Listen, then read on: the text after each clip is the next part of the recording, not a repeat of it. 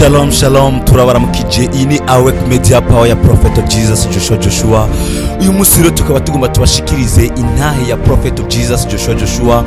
Iyo benshi bashobora kuba barakurikiranye mu minsi iheze iri mu bice bitatu bitandukanye, bigashika yuko hari uwabonye igice ca mbere atabonye igice ca kabiri canke ica gatatu. Uyu munsi tukaba twagerageje kuyegeranya iri hamwe, tukaba rero tugira turabe ubuzima bwiwe muri rusangi, yavukiye hehe, yakuze gute, kubijanye n'amazina yiwe, aho benshi bibaza icyatumye yitwa Prophet of Jesus Joshua. Yongere kandi atubwire ubuzima aciyemo akiri umuririmbyi w'isi, akizwi ku izina benshi batari bagira rya Sugu J. Aho rero turaza kongera kandi twumve ibijanye n'ubuzima abayeho ubu inyuma yo guhura na Yesu Kristo umwami w'abami akamuhindurira ubuzima. Kaze tumukurikirane, Imana ibahezagire cyane. Kaze mu kiganiro itanguriro ry'ubwenge. Uyu munsi tuza gukurikira intahe y'umukozi w'Imana Prophet Joshua Didier Nduwimana, akaba arongoye ishengero Sabaoth Church. Ndakuramukije Prophet Joshua. Namahoro menshi, turashimira Imana cyane. Ego, kaze mu kiganiro itanguriro ry'ubwenge. Murakoze cyane kutwakira. Ni ibintu byiza cyane kuba muri kino kibanza, cyane ko uvuze ngo ni itanguriro ry'ubwenge. Sikira ngo igitanguye cyose kigomba kubandanya. Ego. Itanguriro ry'ubwenge no kubahoraho. Amen. Ego.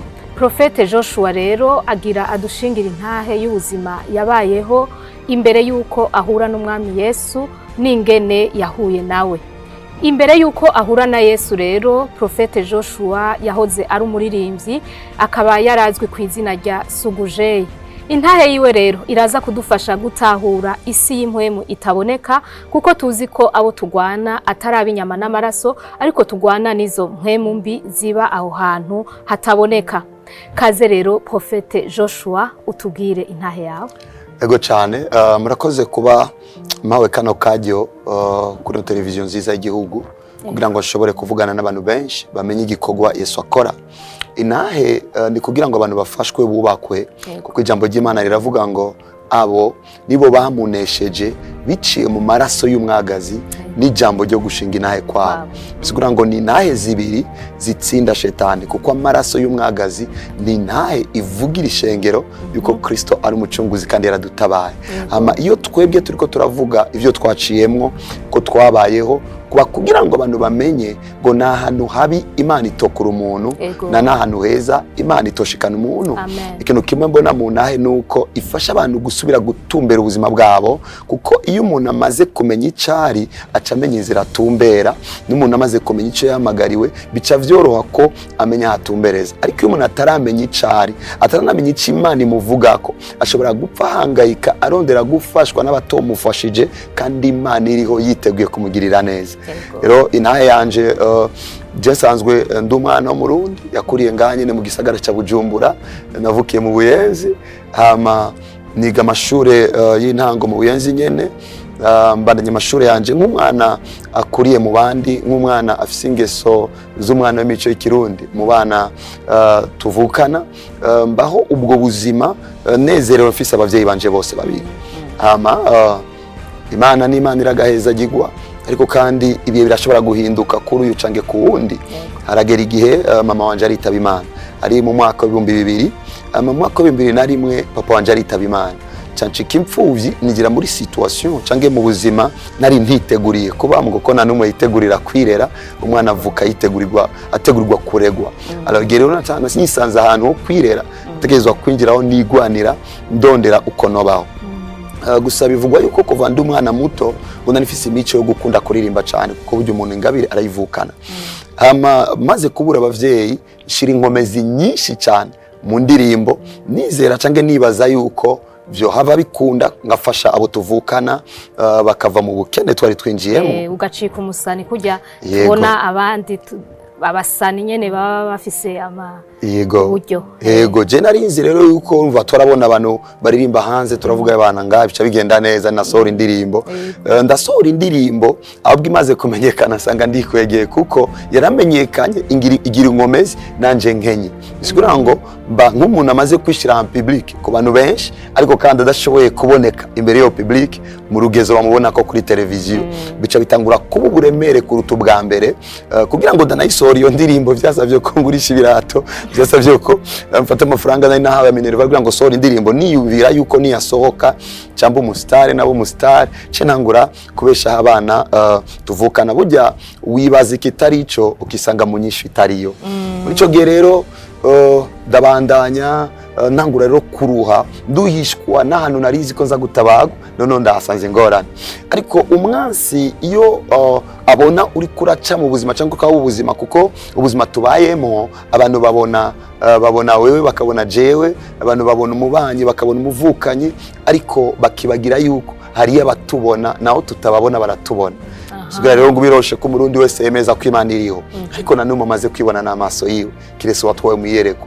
hama kandi abarundi baremeza yuko shetani ariho ariko nanumwe bamaze guhura mu ikarti ariko uwo nyene bavuga ko ariho bisigura ngo arashobora kuba genda arondera uwo ashoboye gutembagaza Petero acabivuga neza ngo umwansi yigira intare arondera uwarotsa bisigura ngo uko uhura n'abantu mu ikarti nako shetani ari mu ikarti arondera uwarotsa uwata mu mutego muri buzima rero nabayemo byari bimworoheye cyane kugira ngo ashobore kumfata kuko nari mu buzima bwo kurondera icyo mfasha nari mu buzima bwo kurondera icyo ntabara ndumwana rero nakuriye mu ishengero kuja gusenga tutazi ibyo turimwo byari byoroshe cyane uko ntwagwa n'icyari cyo cyose kugira ngo ndabe uko noronga solution y'ubuzima niyo rero haciye haza umuntu arambwira ngo ntushobora kubaho cange ngo utere imbere udakoranye n'abafumu aho ni ntaye yanje itangura guhinduka kuko ahandi ho guhura n'inzara guhura n'ingorane n'ubuzima bushikira abantu bose ariko ahi ntaye itangura kwinjira nk'ubuzima buhindukiye ni ngaho natangiye kubyigwa ngo sinshobora gutera imbere ntahuye n'amajini cange isi tabonwa kuri je cyambere byari ibintu ntazi yuko bibaho kuko nigiye nakura navuga ngo ikintu cyose zogikora ariko ivyo abafumu navyo nzojamo ariko ngeza ahantu ndegerezwa kubaho ubuzima buranze igituma ndabivuze ngomba umuntu yibaza yuko yosanga y'ubuzima yuko yoreka kujayo kuko je igiye nagiyeyo nta buzima nasanzeyo rero ico gihe umuntu adafise ikimufasha aronderera hose muri ubwo buzima nariko ndabamo cyanibaza yuko inzira yo gusohoka itegerezwa kuba iyo nyene umuntu arambwira ngo nibishoboka yuko ntera imbere ntarakorana n'amajini cange n'abafumu nibuka ko nacenja kurondera umuntu w'umufumu siza ko bavuga amazina batarakizwa kirese bamaze gukizwa ndemerewe kubavuga kuko nabanyine bafise intahe zabo ngiye kuri uwo mufumu acambwira ngo kugira ngo bishobore kugenda neza ndondere inkoko ndondere inazi ndondere na buji kugira ngo ashobore kuronka ukuntu ankorera umuti ico gira ariko mbaho ubuzima bubi cyane ubuzima bwo kutaronga ico mfungura ukacumbwira ngo ndondere inkoko nariko banahirose ubwa mbere ariko banayifunguye yagugwa menshi muri ico gihe nabaho ubuzima butarimo umunezero ubuzima bw'amarira umwana w'imfuvyi burya ahura no gutabwa n'abantu bose umwana w'imfuvyi ahura no kwirukanwa n'abantu bose nari fise igikomere kuko nakuze mbona abantu benshi batugendera muhiri wacu ariko bataba bakitugendeye kubera ko twatagifise igituma batugende nari fise igikomere kubera ko byarashika ngenda kurondera umuntu nkadodora umwana agacambwira ngo arambye ndakubwire si hari sika ngo nigeze guhura n'abantu bariho bavuga ko batahari urumva ko nari komeretse ubuzima bwari bugeze ahantu nkeneye kubona ukuntu nosohoka muri yo ngorane nari ndimo nari umwana abo wa mbere ku ishure ni byari bigishoboka ko subira kuba wa mbere ku ishure kuko natangiye kuba ubundi buremere bwo kwirondera kugira ngo mbeho nibuka ko kugira ngo ndonge na diplome byasavye yuko umuntu mu photographe afotora amajenga atembereza ifoto yafotoye ngazisubiza abo yafotoye kugira ngo amafaranga bamuri hatuyagabure shobore kuri ya Minerva uca wumva rero ko muri ico gihe ikintu cyose cyari kuza gifise igicapo cange kiboneka nk'ikimfasha nategerezwa kucakira igituma rero mbivuze gutya ndavuze gutya ni kubera ko nzi neza ko ari abantu bariko baraca muri ubwo buzima ngomba ko badapfa kwakira ikintu icari cyo cyose kuko utumbera inzira itariyo ugisanga mu gihugu kitari cyo igomba kuja Kongo tegerezwa guca mu Gatumba bisigura ngo uciye mu Gatumba ntugiye muri Tanzania umenya kuza kwisanga mu nzira yawo waciye iyo rero ufashijwe n'abafumu ubu uriko uratumbereza kuzimu igihe rero bambwiye ayo majambo yo kurondera inkoko ndarondera ndayibura kuko na n'uburyo nari mfise icyantangaje ni kimwe umupfumu acambwira ngo reka ndayikugurire so biratangaje ko umupfumu abakiriya ariko jewe akaba yaramaye ku mafaranga yo kugira ngo ngure inkoko bisigura ngo ngaho inyuma hari ubundi bwanga ariko burarondera uwo muntu yitwa Nduwimana Didier kugira ngo bumutumbereze aho bugomba, cyangwa uwo muntu yitwa Sugu J Tishiyo bumutumbereze aho bugomba. Ndagenda ndondera iyo nkoko yera, bien sûr yategerezwa kugura inkoko yera, ndaza arayikerera amaca afata ya maraso arayansuka ku mutwe. Reka mvuge gato ku maraso, kuko tuvuza amaraso mu isi y'imwemu bisaba ko dutanga umuco abantu batahure insiguro. Kubera iki batafasha amazi bafasha amaraso? Ni kubera ko amaraso ari cyo kimenyetso c'isezerano muri Bibiliya, ariko kandi amaraso nicyo kimenyetso cyo kwemegwa nimba umuntu yaratawe. Bisigura ngo turavye mu gitabo c'Abalewi turabona neza yuko igihe Abisirayeli bakora icaha vyasaba yuko hatangwa ibimazi vy'amaraso. Turabona ko habayeho ibimazi vy'amaraso vyo gushima, habaho ibimazi vy'amaraso vy'imbabazi, habaho ibimazi vy'amaraso bifise insiguro zitandukanye. Igihe rero jewe vyasavye ko bakoresha amaraso, bisigura ngo yari amaraso y'amasezerano, yari amaraso yo kwemera kwinjirana no gukorana n'ubwo bwami. Cyumva rero ko bace bansuka jewe ku mutwe, basutse kuwo bagomba gukorana nabo. Mucamake yari amaraso yo kubahuza n'isi mwemu. Gusa ngo mafashe umuntu yibaza yuko yohura n'inyishu mu maraso y'inkoko. Amaraso y'inkoko ntashobora kugukiza. Ari amaraso afise agaciro avuga ku bw'ubuzima bwacu, ari maraso ya Kristo Yesu. Nizera ko umuntu ariko arumva ino ntaye biza kumuha ubucuti n'ayo maraso no gutahura igituma ayo maraso ari solution kuri amaraso ya Kristo. Bahejeje kunsuka ko ayo maraso y'inkoko ko kugira ngo shobore rero gukorana n'ubwo bwami no kugira amasezerano n'ubwo bwami. Nazi yuko ari kugira ngo ngire uburyohe ama buji ko kugira ngo mboneke muri ubwo bwami bwabo. Urumva barazi neza ko bari mu mwiza wuzuye kugira ngo aba umuco muto uboneka kuri uwo muntu witwe yuko ari umuco. Bawubonye bavuge ngo ni umuco wa wundi dukorana, kuko umuco mwinshi barawutinya, ariko nibishoboka ko bagendana n'umuntu hatabonetse akantu kameze nk'umuco bituma umuco wiwe. Okay, ariko ndashimira Imana cyane kuko umuco wacu ari Kristo Yesu no munsi. Amikindi ngomba kuvuga ku bijanye n'amaraso kugira ngo shobore gufasha abantu, kuko intahe ubundi iza kugira ngo batabagwa. Nizera ko turi muri Afrika aho vyoroshe kubwira abantu yuko ivy'abarozi bibaho, kuko barabivuga no mu makartier. Hama abantu bavuga ngo abantu bamwe baricwa n'abarozi, abandi bicwa nuko. Kugira ngo umuntu ashobore kwicwa n'umurozi bisaba yuko umurozi amutangira ikimazi c'amaraso kugira ngo umuntu apfe. Bisigura ngo uwo muntu nimba batanze inkoko agapfa, bisigura ngo yarafise agaciro k'inkoko. Ahantu ngomba gufasha abantu ikintu kimwe gitahurika. Nimba dufise abanyogokuru bacu barapfuye kubera umurozi yabaroze yakereye impene, bisigura ngo bari bafise agaciro k'impene. Jewe rero uno munsi nibishoboka yuko umuntu atanga icyo ari cyo cyose ngo anyice, kuko ari ikintu canguze kirengeye ibintu byose bazotanga. Iyo umuntu agiye ku isoko kugura telefone igugwa wisame 800, atanga 800 akagenda na telefone, kubera ko ayo mafaranga angana agaciro niyo telefone atwaye. Birumvikana? Bisigura ngo kugira ngo ushobore kugura ikintu uzana igiciro bingana. Ni nkuko utazanya amafaranga ashobore kuzana agapande k'izahabu bakamuha iyo telefone. Ndatahuritse. Imana rero kugira ngo icungure wewe, icungure nanje, yabonye neza ko igitoro cyo muri Iraq kitashobora kungura kuko ndazimvye cyane ku kiruta. Imana yabonye ko inka zose ziri mu Burundi zitashobora kugura cange zingure kuko ndaziruta agaciro. Imana ikiraba kugira ngo ishobore kugura jewe cange wewe, bisaba yuko itanga Yesu. Bisigura ngo agaciro kanje mu isoko y'ibigugwa ni Yesu. Shetani rero agomba kurondera kugufata cange kumfata, bisaba yuko atanga ikiruta Yesu kugira ngo aturonke.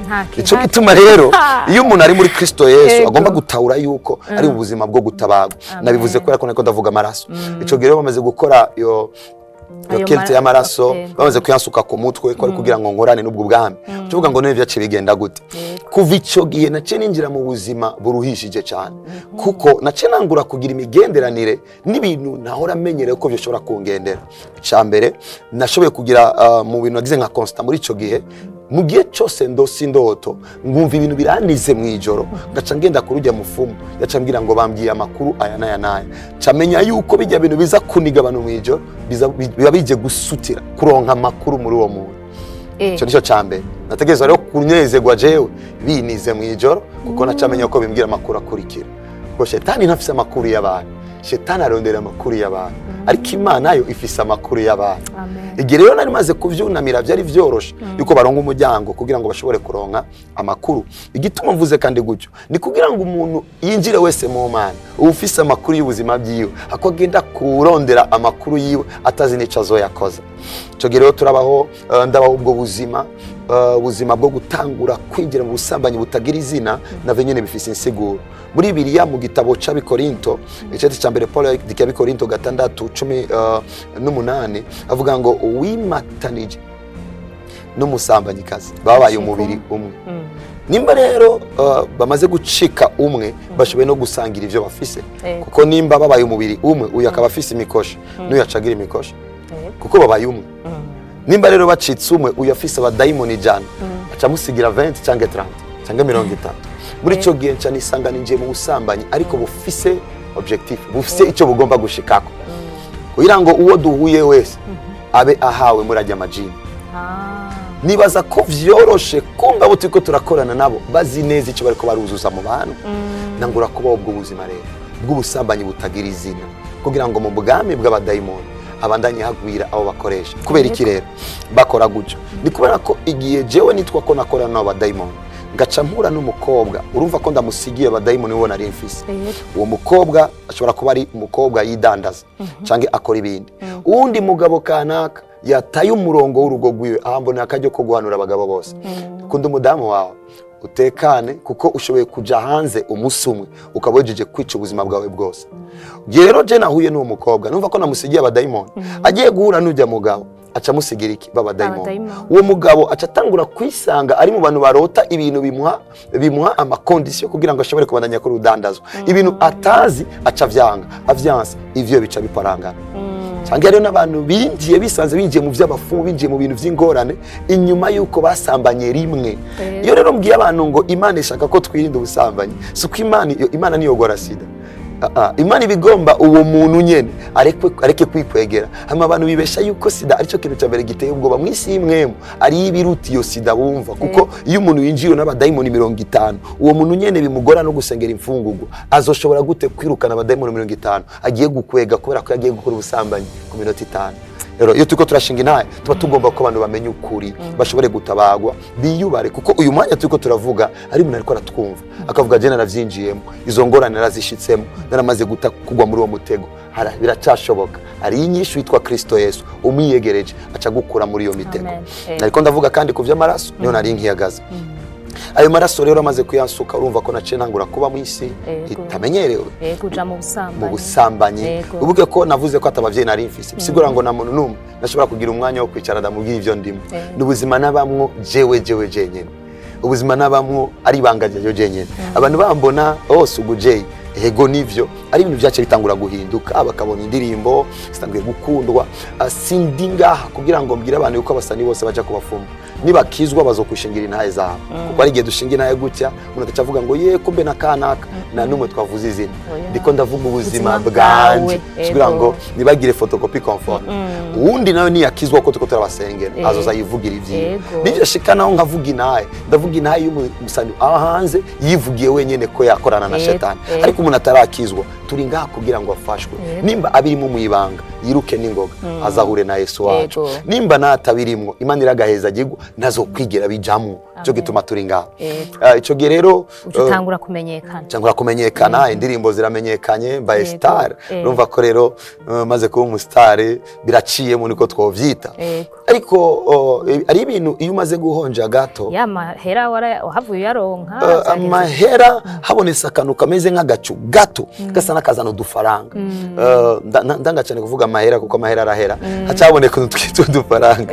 Okay, hamaze kuboneka utuntu tw'udufaranga mu kanya gato umwansi n'umwansi aguha n'uburyo akakwakanago kugira ngo akumara amaso. Igihe gito bica biba block cyane, umva kumengo nasubiye hasi cyane ko kugira ngo ngire inyota mve ku ngazi narindiko nduge ku yindi ngazi. Cyo gihe rero sigaye ngendeshwa n'ubwo bwami buraba ko yanezerewe yaryohewe rero tumwake ko maze kumenya ko agasukari gasohose azotugarukako. Urumva rero maze kugaruka hasi ku mafaranga gato, nico gihe nako ngina ibintu vy'amafilme amasinema, aho nakinira sinema murirayo n'umuntu yitwa Juma, ndamuvuze izina kuko n'umwana wanje mu buryo bw'impembo, uwo ndamuvuze kubera ko yakijijwe. Duriyeyo n'uwo muhungu muri filme nibuka ko bwa mbere twaranashwanye kuko je nari umuntu yiyemera cyane dumusambanye. Abakobwa bose bari muri iyo group urumva ko icyambere nategezwa gukora muri ico gihe ko kubasambanya nibwo buzima nabamo, bo biramubabaza. Ariko mu nyuma twisanga kandi twabaye abagenzi, uwo nyene twashwanye mu ntango tubaye abagenzi, aca atangura kumbwira reka ndagufasha. Yari asanzwe ari umwana yavukiye mu muryango w'abantu bakora ivy'ubufumu. Uwo muntu rero atangura kuntwara ku wundi kugira ngo dukorane. Urumva ko mvuye ku ngazi ya mbere, uwo twakoranye ubwa mbere ngiye ku wundi. Ubwami ni bumwe buraza uko buhanana abakiriya. Ni nk'umukristo avuye muri Vivante agiye kuri Bomberge n'amahoro, agiye gusengera ahandi nyene ahantu bavuga Yesu. Nizera ko utawico ngomba kuvuga kugira ngo umuntu avuye kuri uyu mufumo agiye ku wundi, urumva ko kwa shetani aracunguka kuko umuntu yakozungurukira mu nzu yiwe. Duhuye n'uwo muhungu nibuka ko yantwaye kuri uwo mufumukazi, dushitseyo nari maze kumenyekana, afite indirimbo zizwi, nafite indirimbo yitwa Mida ndagukunda yarizwi cyane, ndigira nyine ngo umusitari baranyakira, Yesu uje nanje ngavuga ya urumva ariko twavuga ke. Ndinje muri iyo nzu baranyakira, banzanira ivyo kunywa, hama mu kanya gato bacambwira ngo ninjire mu cyumba mvugane n'uwo mudamu. Ninjiye mu cyumba sanga umudamu yicaye ku ntebe yafunze igitambara ku mutwe, afise ibintu yisize mu maso vyera n'ibindi vya rouge. Nicaye ndamuramutsa nk'umuzamukije umudamu, acambwira ngo we je si umudamu ngo dumugabo nkawe. Tavuga karabaye none je ninjiye ngambona umudamu ni gutavuze ngo n'umugabo nkanje ngo mba ntahuze kandi abana kanunga. Twebwe dukijijwe turakora ibintu vyitwa deliverance, twirukana abadayimoni mu bantu. Birashika uri kurirukana daimoni kacivuga ngo ndi nyogokuru wiwe, kavuga irindi jwi ritandukanye njyo kugira ngo ico gihe rero ucumenya yuko uyu muntu ubona uwo mubiri ubona ni nka pochette, ni housing ya telefone. Ubundi umuntu w'ukuri ari ndani, umuntu Yesu yaje kurondera w'ukuri ari ndani, ni umuntu w'indani amaze guhura neza n'Imana, acaharanirawe gufasha uwo muntu wo hanze nk'inzu yiwe abamwo, kuko inzu mbamwo ni jewe nitwararika kwisigiranje. Umuntu w'indani niwe muntu w'ukuri ategezwa kwitwararika uwo muntu wo hanze. Igihe rero nari kuri uwo mufumu, urumva yuko indani muri we hariko avugira idayimoni, ariyo yarifashe ico kibanza muri we kugira ngo ishobore kumukoresha ikore n'ivy'imiti. Ndabaza uwo turi kumwe, uyu twinjiye ngaha si umudamu kubera ikambwiye ngo ni umugabo, ngira ngo ceceka nava gukubita. Dutangura kuganira naco, turaganira n'iyo dayimoni muri uwo muntu. Umva ubuzima nabaye muri ko ndavuga, ndaryohewe cyane kubona umunsi mvugana na Kristo Yesu, umwami aryoshe kumviriza. Menya neza yuko igihe uko uvugana n'ikintu nk'icyo uri umuntu utegezwa kugira ubwoba n'ubuzima bwa insecurity, urajugumira kubera ko abantu bagenda mu bibanza byo kugira ubwoba kandi ari kibanza ciza cyitwa ishengero ry'Imana, aho Yesu aherereye, aho dutekana, aho tubwirwa amakuru y'ivyiza tugomba. Ico rero gitangura kunera ubwoba, utagize uko urapfa, utagize uko urapfa, kimbwira amakuru y'urupfu kuko n'urupfu bafise ubuzima. Tuganira naco cyangwa ngo ndagomba yuko ndagufasha, asaba yuko nonyene ndondera iki inuma kuko yagomba kongoresha inuma mu maraso kugira ngo nguruke. Umva ko inuma igenda kure kuruta inkoko ishika. Ariko urumva ko amaraso asubiye gukora. Acabwira ujya Juma ngo agenda arondere ibintu bimfasha vy'umuti. Juma ibyo yakoresha nk'umuti yagenda kurondera ubucafu bwo kwiyarara.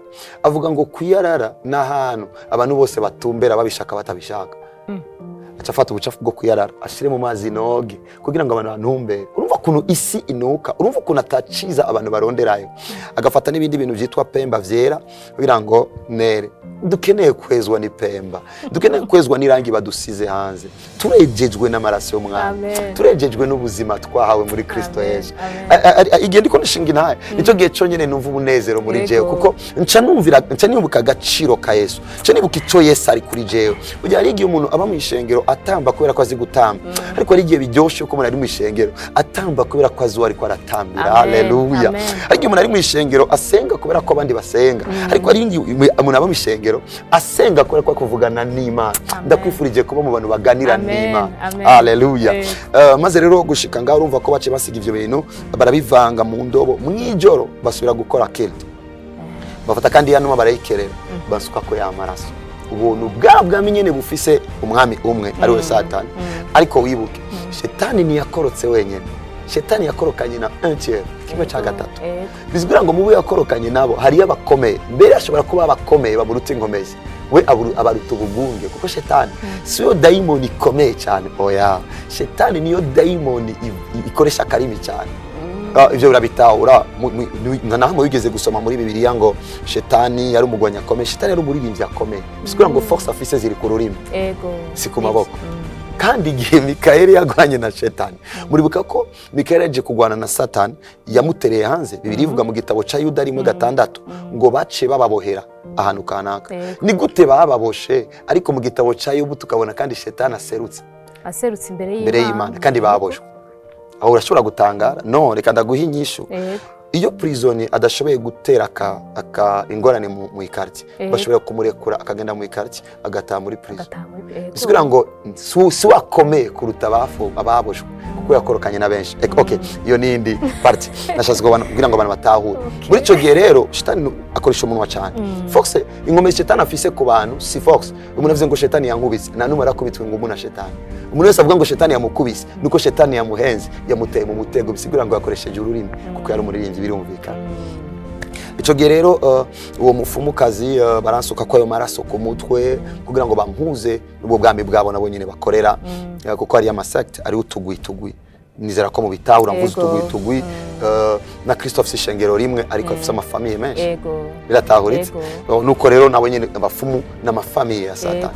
Kandi reka nibutsa abantu ikintu bagomba gutahura. Nibuka ko igihe kimwe nigeze gushinga intahe gutya umwe mu bafumukazi arahaguruka avuga ngo ndiko ndabononera akazi ngo nabaganga barazwi nukuri Imana iragahezagirwa ku bw'abantu bose bavuga ko ari abaganga bavuze imiti y'ikirundi. Sindi ngabwira ngo ndabashigikire kuko siyo publicity naje gukora ariko hariyo difference nini hagati y'umuntu avuze imiti y'ikirundi n'umupfumu. Umuntu avuze imiti y'ikirundi n'umuntu afata imiti n'abana barakoresha imiti y'ikirundi mu kubavura. Kugira ngo na kinine iva mu vyatsi.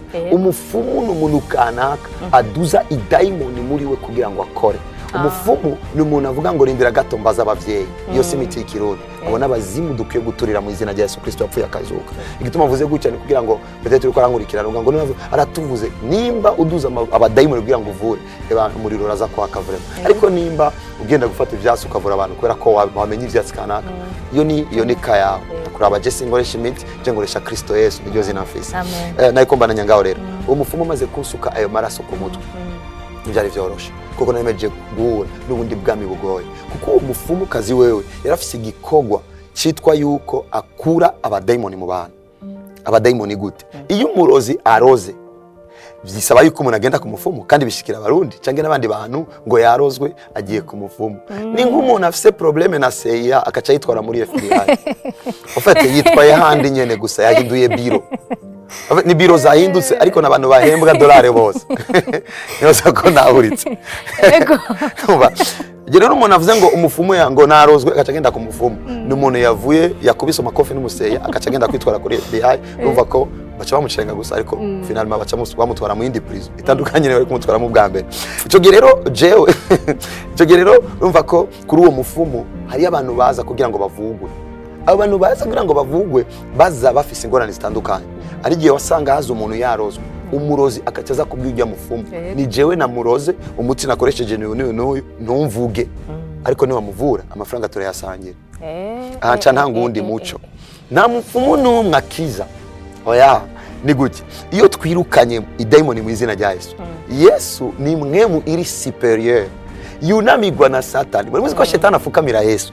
Birivuga mu gitabo cya Apocalypse ivyeshuro Yohana 5 kuva ku 9 kumanuka bavuga ngo abari mu ijuru abari mu isi n'abari kuzimu bose barapfukama bavuga ngo icubahiro kibe cyicaye ku intebe uri ya ntebe no kumwagaza.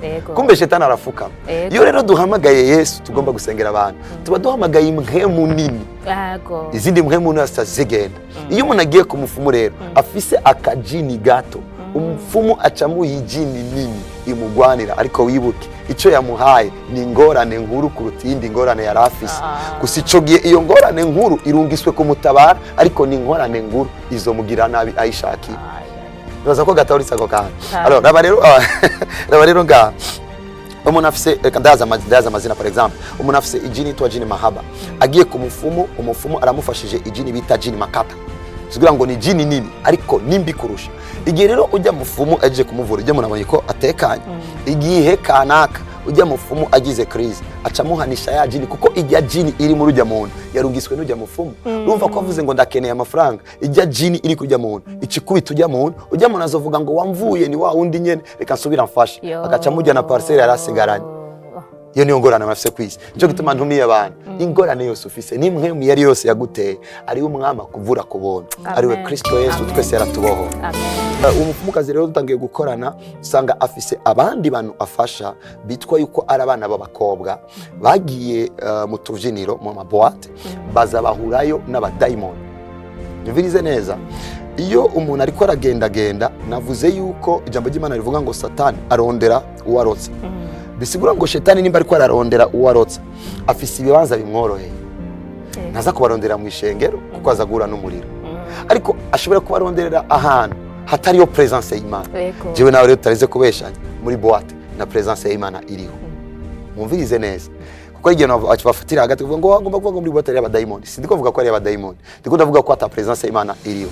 Turavyemezanya yuko atamuhemu yera ari muri boate. Nimba rero atamuhemu yera ariyo, ni kibanza corohera shetani wa wundi ariko arondera uwarotsa, aca agenda aho nyene. Ariyo n'abakobwa bagenda ugasanga agiyeyo ahuyeyo n'abadayimoni. Iyo rero aje ku mupfumu ngo amuvure, iyo dayimoni na cyane cyane dayimoni ziba muri boate ni dayimoni z'ikizungu. Uvuze dayimoni z'ikizungu ngomba kuvuga iki? Turabizi turi mu Burundi. Iyo uri kusengera umuntu ukumva abadayimoni bavuga ngo turabavyeyi, ngo ni twebwe nyogokuru. Kumbe niba umunyogokuru w'umwirabura ashobora kuvuga ikirundi, n'umunyogokuru w'umuzungu aduze mu mutwe w'umuntu aca avuga icyongereza. Ndiko ndatanga umuco gusa mu isi mwe kuko naregendeye. Bisigura ngo nimba umunyogokuru w'umurundi ashobora kuduga mu mutwe w'umuntu bariko ariko na daimoni, akavuga ngo nyagakaro, akavuga ikirundi, n'umuzungu ashobora kuvuga ngo nawe ncavuga icyongereza. You understand what I'm talking about? Urumva icyo ndiko ndavuga? Muri ico gihe rero umuntu yahuye n'umudayimoni w'ikizungu akacaza kuvugwa n'umufumu atazi icyongereza. Igihe bambonye jewe nabaye nyinshi kuri bo, kuko abantu baze bafise izo dayimoni zivuga icyongereza, je icyongereza cyo kuja bukumva kanarinda ciza. Tegeza kucagira iki, ndabafasha kuziganiriza. Hama umufumu imbere yo kwirukana dayimoni babanza gukora negotiation. Dayimoni imusaba icishaka, turakeneye amaraso kugira ngo dusohoke, turakeneye impene. Umva ko isaba kugira negotiation. Abadayimoni rero b'ikizungu ni basaba impene. Abadayimoni b'ikizungu bacavuga ngo turakeneye ko adutwara muri boate kutunezereza kugira ngo tubana amahoro. Ico gihe rero jewe nitwa Sugujei, byari vyoroshe yuko njana nabo muri boate, kuko boate nibwo buzima nabamo. Se boate na kavyiniro ku bantu batatawe ivyo ndiko ndavuga mu Gifaransa. Cangenda rero ugafata nk'uwo mukobwa bakambira ngo ari mu dayimoni ikizungu. Amaze kugarura ubwenge kuko igihe dayimoni yabisavye we aba atariko arabitahura. Agarutse bakambira ngo ingorane ufise dayimoni y'ikizungu, ariko nishobora gusohokera ngaha, bisaba ko witegura mwijoro tugende muri boate kugira ngo tuyinezereze. Kuko dayimoni ni ibintu bibiri, ishoboye kuva mu muri kagenda cyangwa umuntu agahitamo kwinezereza bakabana. Ari abantu rero babayeho kuri condition baze bafashwe. Ari abantu bambara impuzu za jaune imisi yose kwa gatandatu cyangwa impuzu za rouge ku misi yose ya kane. Sivuze couleur ko ari couleur, ariko ugasanga ni condition yabwiwe ni daimon. Bariyo ababimu baze barondere Yesu kugira ngo batabaga. Cyo gihe rero abo ba daimoni b'abazungu bobo ni kwari kuja kubirukana, kwari kugira ngo tubafashe babane neza n'uwo muntu, yemere kuzoraja muri boate kugira ngo abanezereze. Alors kubya kora ko daimoni yinjira na desordre. Kubera iki ndavuge gato kuko ndo umuntu w'imhemu. Sizi ko maze kubona uyu muntu ari mu ishengero agomba kugenderwa na mpemu yera. Ubona yuko habaho movement, habaho kugwana kugezaho yuzuzwa. Ijya ni mpemu ije mu muntu amumuntu kubera ko ari responsable, yaremewe kuba responsable. Ari gihe yanka ikintu cyose kiri étranger kwinjira, nubona acagira guca. Uko rero niko umuntu yinjiyemo na daimon, ubona haba movement kuko ni yindi mpemu ije kurondera ikibanza kirimonye n'inzu. Reka ndakubwire umunyagihugu nadafise inkomezi, ibindi byose bimukorera, ariko umwirukana mu nzu yiwe, ebana muragwana umuterura ku ngufu. So nuko rero ni daimon ije mu muntu ihura na wa muntu niwa cabya ntambara. Umva rero kugira ngo uwo mukobwa daimon yinjire vyoro, bisaba ko atuba twicaye kuri coin muri boate. Icya kabiri bisaba yuko yicarana omwe n'umuntu azwi kugira ngo baje kuraba uri ko aratera iyo nduru bavuge ni star ni wa musani azwi. Umva ico banyemeye ko dukorana, nibuka ko bafumu bamana amafaranga. Ico kindi kintu gitangaje n'ubu bacabwira umukobwa rero ngo muca mujana muri boate. Uwo mukobwa twajana muri boate ari umukobwa mwiza wo murundi kazi avuga ikirundi ciza tukaca twicara ahantu kuri kona tukafata n'ibiyeri tugashira ngaho ndibuka ko jewe kora ko nakunda kuvuga ngo je ngo zicyango ricakiri original uko nafata ibiyeri biri ngabinyura rimwe gutya aho niho navuye amashimesh kuri Kristo abariko baranyumviza barayakomye Imana ibahezagire cyane now jewe rero Yesu Kristo aragaheza ndiko ndibuka ibintu byinshi ndiko shinga ntaye kenshi cyane ibuka aho navuye igituma two turashinga ntaye ndikugira ngo twemeze ko Yesu agishoboye gukora no igituma two turashinga ntaye ndikugira ngo umuntu ari mu byaca ngari mwisi amenye ngo ari umugabo yuguruye amaboko kugira ngo atabare kandi niba ndiko ndavuga Yesu avuga ngo era abandadodoye ariko aradodora kugira ngo muhure nawe haleluya ico gihe rero idayimoni uva ko iduze icizana ikintu c'induru kubagana muri boîte iyo daimoni yinjiye saa sita z'ijoro icambere ni daimoni y'ikizungu yacimena ibiyeri byose bikomeza kace nsaba amarura ngena ngazana amarura ndayizaniye daimoni wo twinjiranye n'umukobwa mu rundi kazi ariko umaze kumuduga mu mutwe ni daimoni y'ikizungu ivuga icyongereza neza nibuka ko maze kunywa cyubwira ngo ngiye gutamba muri boîte abantu bambonanye uwo mukobwa muri boîte avuga icyongereza atamba neza techno kuko abazungu batamba techno ntibazitamba icyo kimwe n'abarundi bagaca bambwira abantu ngo mutamba wazanye agakobwa keza vrema ngo umukobwa yavuye iburaya bo babona isura ariko jewe ndazi yuko ikiri ndani atari umurundi kazi kuko avuga icyongereza atari umurundi kazi yovuga kuko akivuze nka nyene cyo gatamba aje kunezerwa deja urumva ko n'abadaimon ibaruha byo byarashika nkaruha ariko ntivyari bikunda yuko shobora kuva muri piste bataravayo nibuka ko igihe kimwe maze kuruha ndayisaba ko twicara ngiye kwicara gato sohotse nkugiye kuri toilette umuntu arampamagara arambwira ngo Sugujey ndagukunda cyane ariko ndababaye kubona ujya mukobwa ariko aragutegeka we yabonye umukobwa ariko je nariziki ko kirantegeka naco gituma abantu bazi ko nkora deliverance barabizi iyo ndiko ndirukana daimoni ndazihana nabi kuruta ukuntu navyumvira bivana naho naciye naho navuye okay now okay meje gutamba uva umuntu ambonye gutyo avuga ngo aragutegeka ngambwira ngo numukuzine nsubiyeyo ijya daimoni kambwira ko tumaze kunezerwa twebwe urashobora kutwemerera tubise iyindi daimoni ikwira dusaba yuko yoza kunezerwa umviriza ibintu ukuntu bigoye iyo indi daimoni igomba gutamba ni daimoni y'umuntu par exemple umukongomani kuko daimoni tuko turavuga nga niba abantu ari abantu bahapfuye bakagaruka gutera mu mitwe y'abantu sibishasha n'ibintu abantu bazi birabaho rero abantu barota bapfuye bariko baganira nabo birabaho kugira ngo maze kuduga rero iyo ikirindira ko bashira ko muziki mwiza y'ikongomani tugaruse kuri piste wa muntu nyene yatamvye neza ikizungu atamvye neza domboro ya solo umuntu ambonye kandi avuga ngo wa mwana wawe ngo asanzwe yarabaye no muri Afrika kuko we abona ivyo abona ariko je ndazi ivyo ndiko ndabamo bwari ubuzima bw'amagogo bwari ubuzima bw'umuruho niko tuko turashinga nawe no munsi tukabivuga ngo ukumengo ari ibintu tuko turatwenga ariko nikubera ko dufise aho twavuye bwari ubuzima bw'amagogo bwari ubuzima bwo kuruha bwari ubuzima butarimo umunezero ego nivyo abantu bavuga ngo ni star ego nivyo abantu bavuga ngo ariko aratera imbere abantu bakabona nije muri boîte fisa amafaranga yuzuye yo kunywa ariko ayo mafaranga nari nayakuye nari naje gukora igikorwa cyo kunezeza abadaimon cyo gutuma vyakunda yuko muri amarura kuko uwo muntu ndiko datambisha kurya mufuma zoriha je mufumu akama kubera ko je nagiye kumufasha ivyari bititwa ambiance byatangiye kwitwa kazi narindushe aho ngaho rero ngaho muri iyo nzu nararuhiye cyane kuko niho ubusambanyi bwabaye ubwuzuye kuko ari igihe uruha mu mutwe ukaburuhanuza ukaburuganiriza bigasaba yuko unywa inzoga kugira ngo ucanganye ubwenge bwawe bigasaba ko unywa urumogi kugira ngo ucanganye ubwenge bwawe icyo gihe nacitse imborerwa yuzuye nibuka ko ari igihe nakodesha imodoka ijoro ryose ngaranangenda kubera ko mva muri iyi boîte nkagenda mu yindi naswe no kugwa igihe kimwe ndi mu modoka naborewe n'urumogi ndumbeza mu muferege umuntu ari inyuma arakoma induru candika bwari ubuzima bw'umuntu nimba umuntu ariko arabuba muno munsi aze muri Yesu ari inyishu itanguriro ry'ubwenge no kuba uhoraho kandi Imana ishime ko iryo zina ry'ikiganiro ni itanguriro ry'ubwenge ko bigitangura cyose gitegerezwa kubandanya itanguriro ryo kuba uhoraho bisigura ngo utanguye mu kuba uhoraho uzorangiza ukora ivyo uhoraho kuba ariko arakora kwisi kuko ni itanguriro gusa bavuze bisigura ngo tubandanyije itanguriro ry'ishure ni gardien ariko iherezo ry'ishure ni diplome kumbe rero kuba uhoraho ni intango igutwara mu butunzi igutwara mu ntsinzi igutwara mu mahoro haleluya ico gihe rero ndabaho ubwo buzima ubuzima buruhishije abantu babona ngo mbaye star ego indirimbo zirasohotse ajye amadayimoni afise condition yo kumfasha kuko nanje ndiko ndayafasha. Nibuka ko uwo mudamu yacangurira ikintu cyitwa ngando cyari gifise valeur ya crocodile. Kubera iki yagomba kuntinyika abantu bantinye. Nibuka ko yacagurira agacupa, ako gacupa koko ka mbere yagashizemwo ibintu kanaka sinzi abikuye mu mazi kugira ngo nisigaye ayo mavuta ngo ngire igitinyiro bantinye. Nushobora gutinywa kubera ko bagutinya kujya batinya ingona, batinya ingona. Ushobora gutinywa kubera ko acize ingona bazoguhunga, ariko igitinyiro nyaco nigiye ufise Imana na shetani azojugumira. Kuko icyo dukeneye ko abantu badutinya, abantu batwubaye. Iyo rero Imana iturimo abantu bagutinyira kukuba cange bakakubaha, bakagutinya kubera ko bakuba. Ico gihe urumva ko nategezwa kuronda ico gitinyiro cyo mu mazi. Ngaho ubuzima bugoye cyane. Ndabandanya ubwo buzima ego nivyo yuko kuco gihe nacendo nk'akazi tuga amafaranga menshi. Ayo mafaranga yose yarera mu mabwate kuko nagenda no muri yo gatana umaze.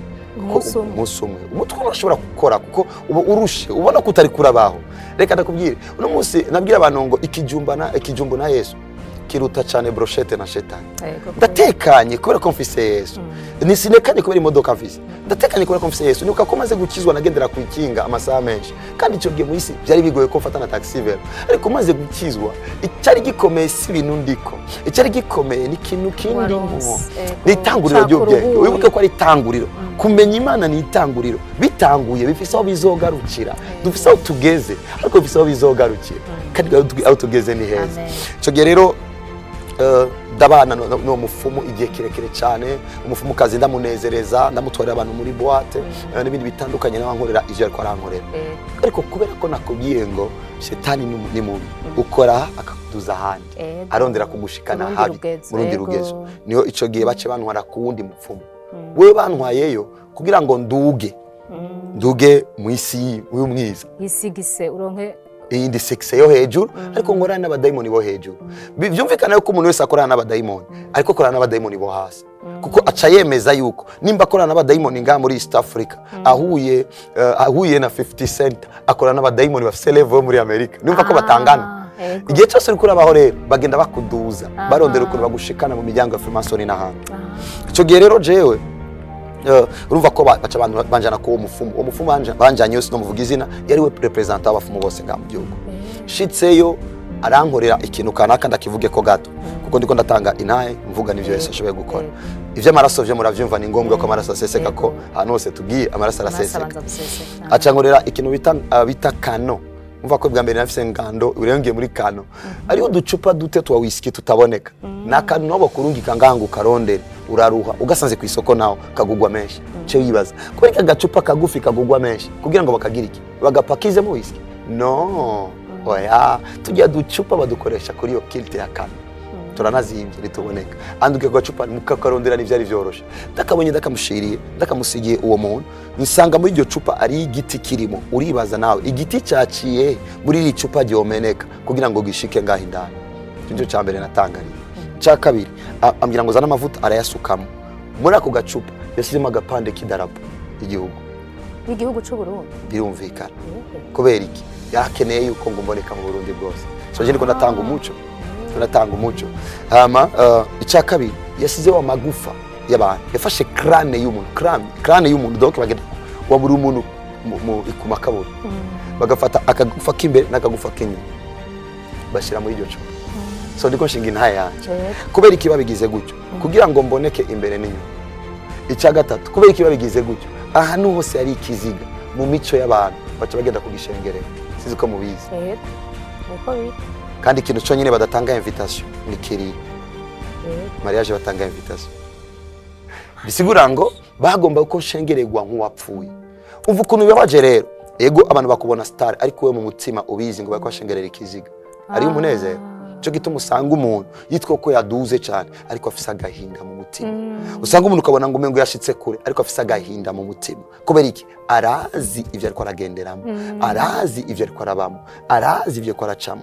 Mwibuke gusa ndiko nshinga inaye yanje siko nshinga inaye abasani bose mu Burundi nabo kwisi ndiko nshinga inaye yanje. Nimba ukunda abandi fuka musenge ufise wese ibyago agenderamo Imana imukize azoze yishingira inaye. Ico gihe rero iyo cupa ifise condition iyi nategereza gufata amabuji abiri ya rouge yes ngashira mu ijoro iryo cupa hagati ngashira amabuji ku ruhande ngatangura kuganira n'iryo cupa nkuganira n'umuntu ndaribwira ngo ejo nzogenda kubonana na kanaka ikintu cyose nzomubwira agire gutyo umva ko deja ubwo n'ubundi borose agome yemera ubuzima twabayemo bivuga ko ari mu magufa iryo cupa ryari rifise izina ry'umuntu ryari rifise na condition umuntu yose akurikora ko atari jewe ategezwa gucapfa Imana iragayizagirwa ko atanumwe yarikoze ko ngo aripfireko mbaho ubwo buzima ego urumva ko nabonye ko naduze noneho ncamara kumengo birabaye kumbura ko arantwara ariko antwara mu kinogo nazoshobora kubikora rero byaca bigenda uko nyene uwo muntu uraye uvuze ati byaca bigenda uko nyene ngomba mbwira abantu ikintu kimwe bagomba kumenya sindi ngagira ngo ndakomeze ko shitani akomeye kuko n'ubundi nakomeye ndiko ndavuga ukomeye ku muruta ariko udafise Yesu shitani aramukomereye kiretse ivyo ari kindi nibutse nibuka ko hari indi miti twakora iyo miti bankorera aho muye n'umukobwa mu ibarabara nkamuramutsa ngambira ngo Jenny tosubuje nkurikira umukobwa akankurikira agaheruka yankurikira ibindi byose bigakoreka byitwa umusambanyi agata sibushoboye gura n'umukobwa akavuga ngo jewe sinzi ukuntu natwayindi cyo umuntu tumenyeranye ariko twaganiriye gato usanga twagiye none sanze natwayindi nikubera ko ari force ibikweza uwo muntu cyo gituma ndiko ndashinga inahe gutya naturi ijambo ku bakobwa bavuga ngo umuntu wese azoza afise imiti agomba gutora mu cyaha azoca atembagara imbere yawe okay now icyo gihe rero umva ko je nacemba muri ubwo buzima niyo munezero nabamo nibwo buzima nari ndimo nije nabona ko ari bwo buzima ndabibamo ariko wari umuruho wibuke nafise abana tuvukana batazi ivyo ndimo nafise umuryango utazi ivyo ndimo ubona ariko bwira ariko ba mama wanje ariko ntiyarahari kuko nta numwe upfa kubwira iryo banga kuko ari ahantu ugera ukavuga ngo mveyo gute ko igihe cyose twinjira batubwira ngo wibeshe dushaka tukwica sikugira ngo sigaye rero ninjira gumamo kubera ubwoba bwo gupfa ego nkaruha kubera ubwoba bwo gupfa ariho nco usanga urumugiro baye bwishi kugira ngo ivyumviro siniyumvire cyane ubusambanyi baye bwishi kugira ngo gire occupation kumva ko nari muri studio nakandi kazi nakora tugeza ko ubusambanyi n'ibindi byitwa occupation cyo kumasanga naborerwa kuva mu gitondo kugeza ku mugoroba atari uko wasanga ndikora filme kuva mu gitondo kugeza ku mugoroba ubuzima bwo kurondera ukuntu mba bize kugira ngo simpave nsanga ndiko ndibuka ivyo ndiko ndabamo ubwo buzima bwari buruhije ubwo buzima bwari bw'amagogo dumwana w'umuntu avyumva afise umwana niviza gusengera abiye ubwo buzima rero wibuke ko nari umujene umusore wose arondera kumenyekana andiko ndafasha ugwaruka nimba ukeneye kumenyekana karibu muri Yesu ni Yesu wenyene agira abantu rurangirana kuko Abraham irurangiranwa kugeza uno munsi kandi atakiriho ariko ugiye kuraba abandi wise barungiranwa nka Pepe Kale indirimbo zabo ukizifise no muri CD sigura ngo Yesu ashobora kukugira rurangirana no mu mageneration azokurikira Yesu rero niwe nyishu kuri twe ariko cyo girumva ko nategerezwa kumva ko nomenyekana bice muri izo nzira ndabaho ubuzima bw'uruhije nari mbangamiwe nari ndemberewe kujyama mu ijoro yari ntambara ko nategerezwa kugenderwa n'ibintu biteye ubwoba nibuka ko aya makondisyo bamba bakambwira ngo noge uko ukwezi guserutse no musi saa 12 ejo guseruka saa 1 nabimenye ico gihe wibaze rero ko guserutse saa 9 tegezwa kwicara guca nkarindira saa 9 ubwo nibwo ari ubuzima yari ubuzima bw'amakondisyo ariko Yesu wacu urabizi umaze kumwemera aragutwara uko agomba bura mwemerera gusa nta kondisyo nimwe ducererwa mu misa ngo wacha gukubita inkoni ariko ko bafu mucerewe program irononekaye cyangwa abadayimoni bagwaye programme hano muza gukora ikintu ntugikore barakuniga nta mikino abandi barapfirayo no gupfirayo turabizi nitwovuga amazina y'abantu bapfiriye muri yose y'umwiza muri East Africa barahari abana benshi bari bako baraduga cyane muri filme no muri muzike ariko bakaca bapfa impfuzi giturumbuka turabizi uko batwawe niyo monde ni yose kubera iki kubera ko yose nta ciza kiriyo ibi tubivuga kugira ngo umuntu ariko arabijamo abivemo n'ingoga ibi tuvuga kugira ngo umuntu ariko aravyiyumvira ahanagure n'ingoga afate shifo ahanagure n'ingoga bigishoboka kuko nimba jewe naravuyeyo ndijwi ryaje kugira ngo rigutabare wibuke wa mutunzi abwira Abraham urashobora kubwira Lazaro agenda ababwire bizabwira ngo nibigishoboka ko ava umuntu ino ko vyakuzwe umuntu ava hariya aza kuvuga ni kugira ngo uyu muntu ariko arankurikirana yirinde ntavarinda kuja muri ivyo naciyemo jewe sinifuza kubona umuntu n'umajaho naciye ubwo buzima rero ndabubamwo uwo mupfumu turakorana hego amafaranga araboneka ndakora ivyo nashoboye gukora ariko kubera ko isi imwe ikuduza irondera kugushikana mu kinogo cyanyuma cyandonga programme ya voyage kuja muri Afrika y'Epfo ndavuga ko ngiye gukora concert spectacle ndumusani suguje tisho eke Obama ndagenda shitseyo turakora ama spectacle ya mbere ya kabiri tuvayo tujana bita Cape Town turi mu ndege tuva Cape Town je nangura kumva mbabara mu Rubavu ndabara mu rubavu cyane twageze ahantu tuva mu ndege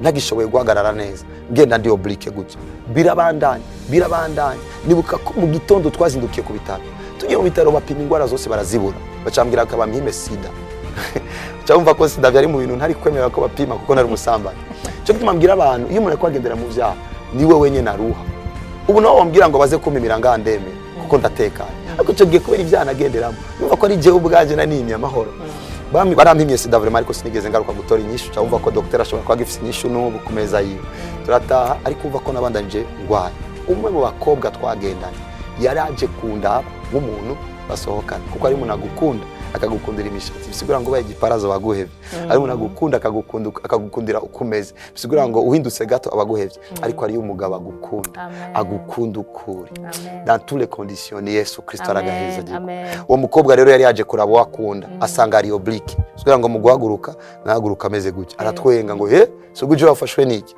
ndambwira sinzi ibyabaye uwo mukobwa acambwira ngo nsubire nyuma gato imbere ko uwo mukobwa aza kubera ubwoba bw'umuruho naciye vuga ngo bandondere pasiteri ujya abantu bakwirengageza ko kijijwe ariko iyo bageze mu mazi abira baramenya ko mukizwa afise inyishu no mu ikarti y'abantu batizera iyo bageze mu bigoye wa mukobwa nyine batuka ngo waratakaye niyo bagenda kurondera ngo gwe nusengere sizo kubizi n'abantu bavuga ngo nacumaze n'umudamu ari mu rugo umugabo avuga ngo wa mupagani wa kirofa umwana agwaye mu cyumba acavuga ngo genda umusengere kandi umugabo aborego ariko akamenya ngo uyu no tubana naho ndamupinga uyu niwe nyishu bisigura ngo n'abantu tubana mu isi barabizi uko dufise inyishu yabo inyishu dufise ni Yesu kuko turagendana bisigura ngo ico gihe nanje cavuga ngo reka ndondere pastor ndondeye mu pastor kuri telefone arambwira ngo uze kuntelefona saa 6 ndagusengere kuri telefone kuri je byari bigoye ko nemera ko munasengere umuntu kuri telefone kuko nari umuntu yakuriye mu isi amaraso barayasukako uri gute kwemera ko munaza kumusengera kuri telefone bigikundi nkiriko ndibaza ivyo ngora mbaza abandi wo mukobwa caraza urumva ko shetani yihuse cyane shetani akorera mu bana ari abantu bibaza ngo shetani azomubona aje n'amahembe gutyo uwo nawe zo kwigera ubona ariko uzomubona mu bantu nk'umudamu afise ingorane mu rugo rwiwe agacahurana umuntu aje kumubwira ngo tugende ku mufumo zo gufasha kugira ngo yagendewe nande yagendewe na shetani yambaye ishusho y'umuntu nk'umukobwa ataragira mariage bagacambwira ngo tugende ku mufumo azogufasha urongogwe agacagenda ku mufumo akanasambanirayo uwo yatwawe nande ari umudamu tugeze gura ko intayi garutse kandayivuge ko gato cembandanye utwahuriye anu bita Chambala urenganye mu rumondo uwo mu mama bariko baramusengera umwana wanje mariko baramusengera acambwira ngo daddy ika irangoye musengero no muntu amundungikiye ndiko ndamusengera atangura kumoka nyimbwa maze kumubohora ndamubaza uko vyageze kumbe ngo umugabo yatwaye undi mugore umugabo amaze gutwara undi mugore acagenda kurondera umuti ku mupfumu ageze kuri uwo mupfumu aburica muriha uwo mupfumu amusaba ko basambana bamaze gusambana umwana wa mbere yavyaye uwo mwana baramuca inzara mu ijoro mu gitondo zikamera uwo mwana yarafise amagaragamba nk'ifi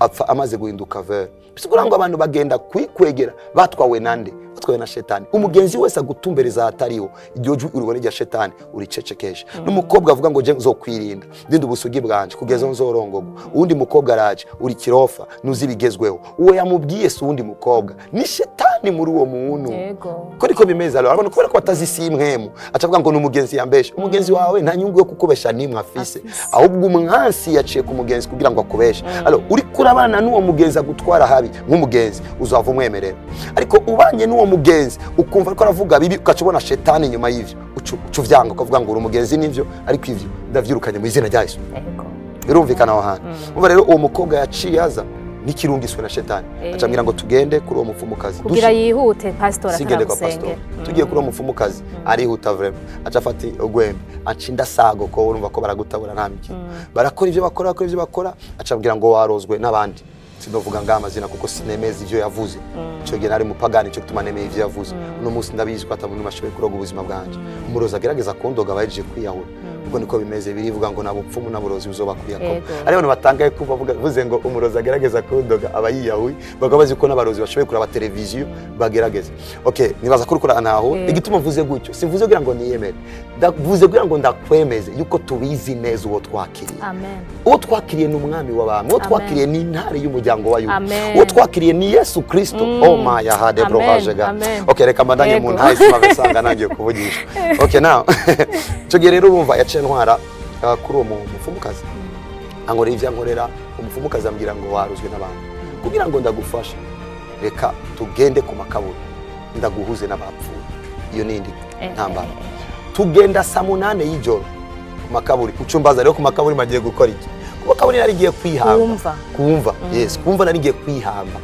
nafashe umusaraba nandika ko amazina yose n'itariki y'amavukiro n'itariki mfiriye cangenda kumva ndavuga ngo jewe kanaka ndapfuye amavuga ngo kwisi ari ibirofa ko je na directeur wavyo kuko na muntu yo kwihamba ba ariko narinzi icyo nkoze muri iyi si umuntu ashoboye gufata agapande k'igiti akavuga ngo iki giti cyitwa kanaka ko umuntu adafise Yesu ararusha igiti cyitwa kanaka akakivurika amajambo agihavye ico giti uwo muntu akacaba umusazi apana uwo muntu ariko aranyuviza no munsi kuko umaze kuvuga amabanga ikintu kimaze guhishurwa naco kikikugira navuze gutyo kugira ngo umenye ivyo nagendeye mu ico giti rero ndagenda uwo musaraba ndihamba ndakubwiza ukuri naciye nononekara kuko mu vyumviro vyanje haciye huzura ubwicanyi gusa kugira ngo kumva kwica umuntu nibwo buzima numva umunezero muri jewe niyo natangiye kumva byoroha yuko abo tuvukana no batanga nangura kubwira abantu by'abantu bose batamfashije ndi imfuvyi nzobasorera shetani fise abantu 50 zo muha kubura ayo majambo yatangiye kuvugwa umunsi mejeje kwihamba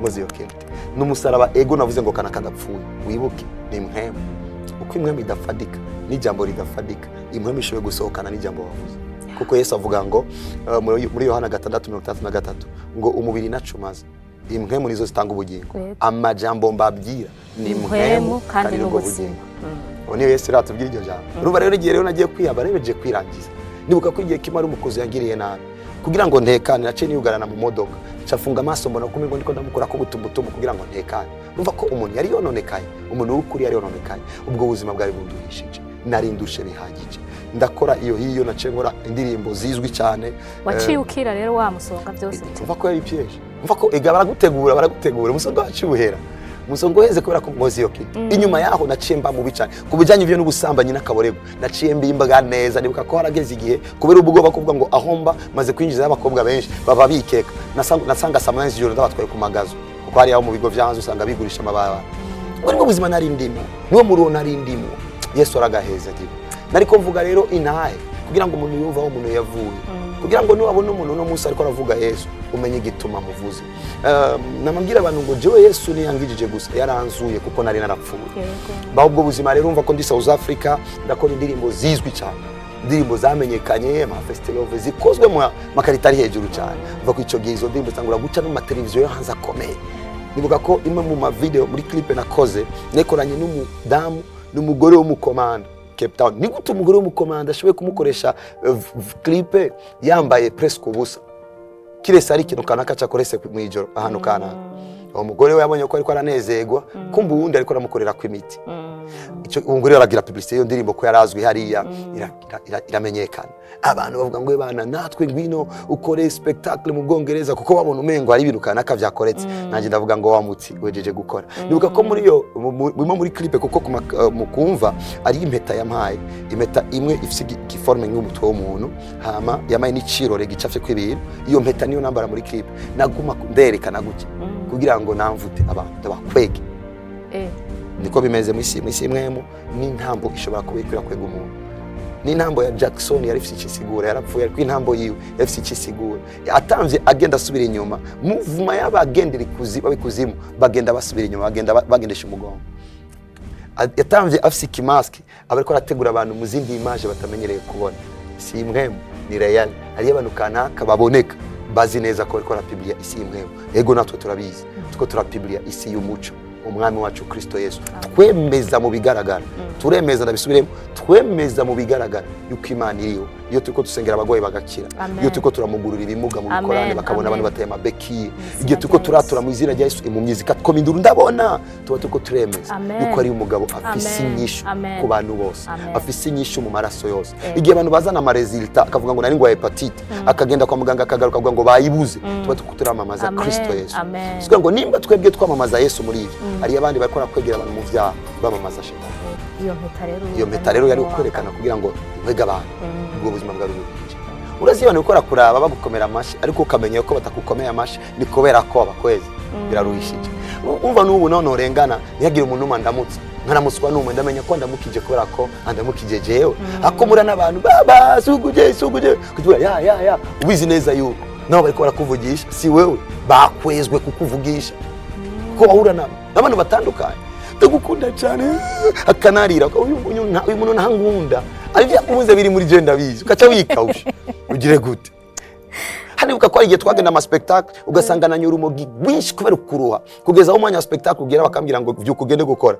ntuga sishobora kona mukirese munteruye ukagenda muri spectacle bagufasha kuboko ino nino kubera ko umuntu uri muri zo drogue mbere kugenda urarushe urabizi ko bongiye gutambira si urukundo rwinshi bafiseko kirese kuno munsi uhagarara imbere yabera akamenya ngo barankunda abariko baranyumviriza barankunda banyumvije kubera ko bakunda Yesu hama naho ntafise isura yo gukundika hari umugabo nakiriye atuma nkundika amen naho ntafise ubutunzi bwo gukundika ari umutunzi w'abatunzi bose atuma nkundika naho ntafise igituma na kimwe cyo gukundwa no kwiyumvirwa ari umugabo mfise atuma nkundwa nico gituma biryoshe kubana na Yesu ico gihe rero haragera ko ncangira iki cana mu Burundi umva nashe mu Burundi ngeze kuri aeroport aganda akavuga ari gihe umuntu yononekana mu mutwe akibagira n'ivyiza byose n'igihugu cyo cyamukoreye nibuka ko tugeze ndi mu ndege tuko turamanuka umva ko namenyera ibigo by'indege byari cyo gihe rero n'amatara menshi ari bwabe kuri aeroport yacu ko dufite aeroport nziza cyane ariko cyo gihe rero nta menshi yarahari tugeze mu ndege duko ndamanuka ndavuga ye ndije muri cya gihugu cya Noir Blanc wibuke umutwe niwe wari wononekaye dufite igihugu ciza cyane ndakubwiza ukuri igihe abantu bazomenya ko dufite igihugu ciza bazokibungabunga dufite igihugu ciza uzobimenya uri hanze dufite igihugu ciza ndagisubiremo uzomenya uri hanze gituma ndavuze gutya ndumukozi w'Imana ndumuvugishwa ndijwe ry'Imana sigura ngo icyambere imbi Imana yamamagariye muri kino gihugu ni ciza cyane hama hataraba heza ni kugira ngo ndahatumbereze ndahagire heza bice masengesho cange mu vyo nkora biratahuritse ico gihe rero nategerezwa kuba mu batuka kuko navyo niriwe muri yose manutse nsanga abantu benshi baramfotora amajwi baramfata amajwi icyambere navuga ngo ndaje gufasha abarundi umva amajwi yari mu kanwa kanje yari amajwi y'ubwibone uko numva ivyo nteruye yuko ivyo bikomeye ndibuka ko tukiri kuri aeroport hajya amabeg isakoshi zunguruka je nakengura isakoshi mfata icupa irimo imiti ndayisigira kuri aeroport iyo umuntu yononekaye nagira icati kugira ngo ninasohoka umwe bakoma induru ndasohoka umva ni panike kuko ni ikintu gisohotse babona umuntu ariko isi imwe ni y'ukuri iriho nangura kuvuga agenda aje kubafasha ibikene bikica mvanga ngenda muri hotel ishite muri hotel ndavuga hotel ni ya Noir Blanc uva ko nari vuye hari umutwe wononekaye ngeze ngaha rero urumva natanguye kugira ama publicité izo ndirimbo bamamagara kuri radio ngavugira kuri telefone na mwanya mfise indirimbo nakoze nuko nakoze album ya $10 ibintu byinshi nibindi urashirako ivyo takoze kugira ngo abantu bakwemere ariko Imana ni nziza ayo mezi atatu nuvuye muri South Africa mvuye mu kwa gatandatu muri ayo mezi atatu nari nononeke kandi bihagije janvuye hanze abantu bambona star cyo mvuga gifise valeur y'umuntu avuye hanze afise na album ikomeye ico gihe ubusambanye kandi butagira izina ariko maze gushika mu gihugu biba ngombwa ko ngenda kurondera umufumu yangorera umuti kugira ngo ndamubwire ko naje mu gihugu atunganye ivyo nazanye simave sanga bitangiye kudahura n'ivyiwe ko nari mfise imiti nakoze ngaho birumvika isi imwe mu ndayivuge gute nk'ubu je ngomba kuja gukora igikorane Uganda bisaba ko nakigwa n'umupastor ari Uganda ego bisaba ko nakigwa n'undi mu prophet ari Uganda kubera ko umuhamagaro ushingiri nawe uw'imwemu ashingirwa inaye n'uwindi w'imwemu ego cyo gihe rero narizanye ibintu vy'imwemu nategeza kurondera umuntu w'imwemu ndamwereka ivyo nazanye kugira ngo ivyo bintu bihungabana umufumu ndabimuha arambwira ngo reka tuze kuraba ivyo ari byo inyuma y'imisi 3 arampamagara arambwira ngo mwijoro idayimoni yaje kumbwira yuko bino bintu binabigumya za gupfa kuko ibi baguhaye ni condition ukwefye gato ucupfa uyo wino rero we ntiyanyifuriza gupfa paraporo uriye ugiye umva ko yategerezwa kumva naho nopfa aca nkoresha kuko yarawunye inyenyeri umupfumu wino acahindura kandi ya miti ambwira ngo gira ngo dukore bikomeye fata ugende uzane amabuye yo mu mpande zose zigisagara umusibuka ko nafashe moto ngenda ku mupaka ngenda hari haruguru ku Musaga ngenda hari ku Ruziba ngenda haruguru babona abantu ngenda imbere y'umucarama ndikozunguruka igisagara no rutubiye tubiri kubera iki yarakeneye ngo umuntu wese yinjira mu gisagara yinjire bimworoheye kwakira izo ndirimbo nari umuntu wo mwisi isi irimo byinshi reka ndakubwiza ukuri sindi ngakubwira ngo ndakubuze kumvira izi ndirimbo zisi ariko ukaba ugomba gutamba ngenda utamba igisirimo uzokuzura muhemuye yego ko nimba uri kuratamba indirimbo iko iravuga par exemple iko iravuga ibintu bitahesha Imana icubahiro utambanye nande nimba ndiko ndaririmba indirimbo y'Imana so tufate Apollinaire ko ari indirimbo y'Imana abantu batambana nande batambana n'abamarayika yego n'abamarayika ninde yururuka kuneze guyo ndirimbo ko birivuga ngo Imana yicara ku mashimwe y'abana bayo.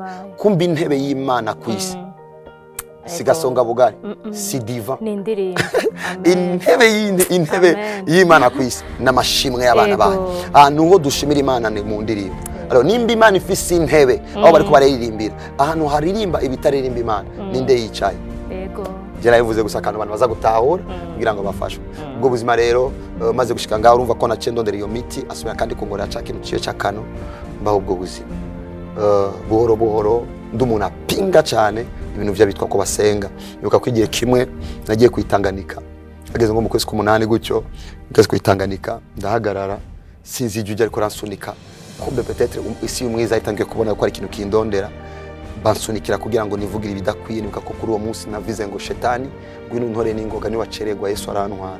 Ni gute umuntu ashoboye kuvuga ayo majambo atazi n'ivyo ariko aravuga? Ndavyibuka ngavuga yari piège y'abadayimoni, ari abantu bivugira ibintu kuva umuntu ngo jewe ngo mfuma ndonga amafaranga canke mpfe.